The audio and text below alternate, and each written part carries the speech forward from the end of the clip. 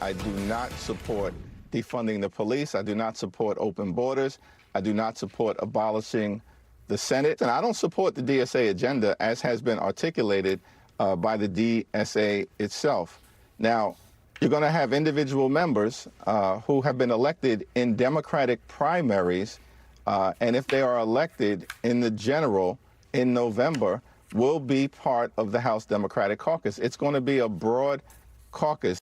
Broad and impossible to control. If a broad caucus means lawmakers are divided over radical policies, how much can they actually get done for the American people if they get into the majority? But that divide doesn't seem to be phasing the far left. In Florida, candidates are doubling down on their policies with voters heading into the polls tomorrow. Listen.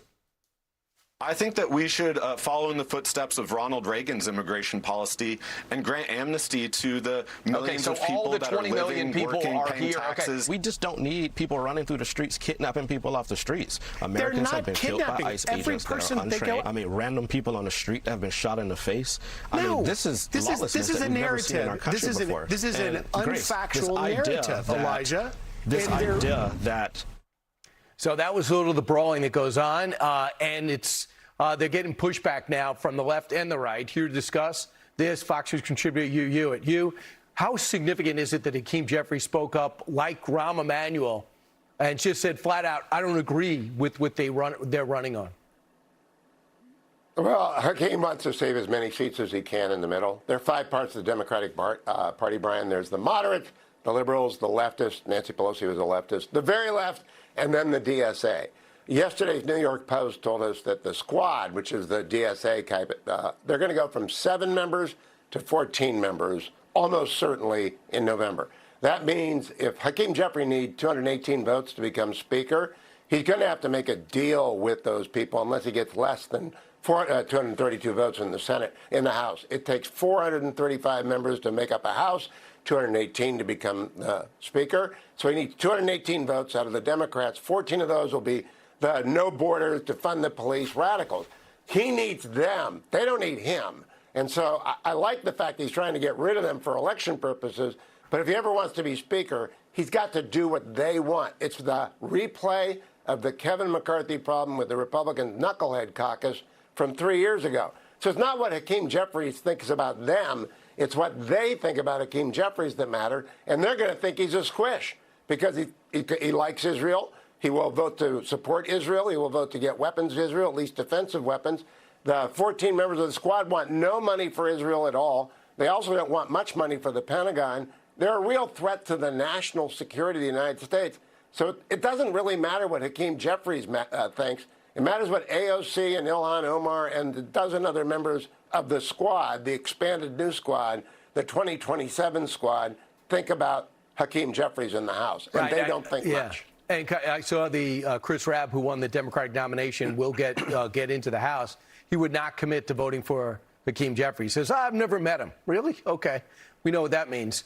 Meanwhile, as some progressives embrace a radical agenda before the midterms, AOC is trying to look less woke while rewriting what woke one was. But we remember what she has said in the past. Remember.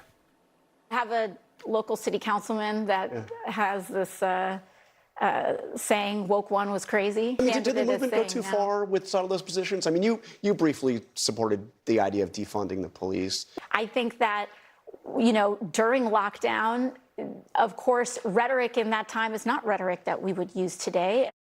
Well, was everyone drunk?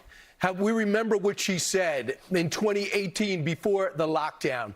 We must abolish ICE. Its very structure is about as undemocratic as an authoritarian as it gets in the U.S. We have to replace ICE with an updated INS-like structure that handles crime through the same court system we had in 2018. She's also said it's well past time to eliminate the Electoral College, a shadow of slavery's power on America today that undermines our nation. In 2019, before the lockdown, while I'm very thankful to finally have health insurance, it's a moral outrage that it took me getting elected to Congress for that to happen. The U.S. needs to advance society that includes establishing health care as a right to all people, which means Medicare for all. So come on. I mean, they expect us just to get over the fact that they went crazy for 4 years ago. Oh, that was then. Yeah, they expect us to say, pay no attention to everything I've ever said in my public life and vote for me on the expectation I'll be normal.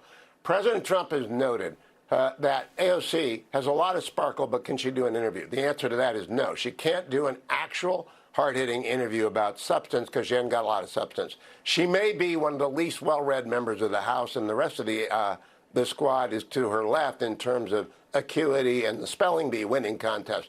I think what we're going to find out when we get the Democrat Socialist caucus together, the squad together in the House, is all they know is to be reflexively anti-Israel, reflexively Pentagon spending, anti-Pentagon spending, reflexively Medicare for all, which would cost $4 trillion and would not work. So they're really off the map of American politics, Brian. What I want to emphasize to people, we've never seen a group of people this radical since the Civil War, this anti-American, anti-West, anti-normal since the Civil War. And so AOC can giggle online. She can talk about woke one. She can make up the attempt to say, forget everything I've ever said.